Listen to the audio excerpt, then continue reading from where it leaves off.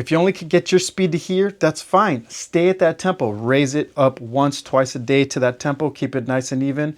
And eventually you'll start breaking your ceiling to get to the speed you want.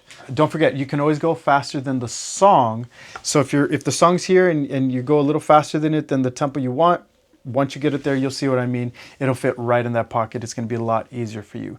Guys, I hope you enjoyed this lesson and I hope it helped you.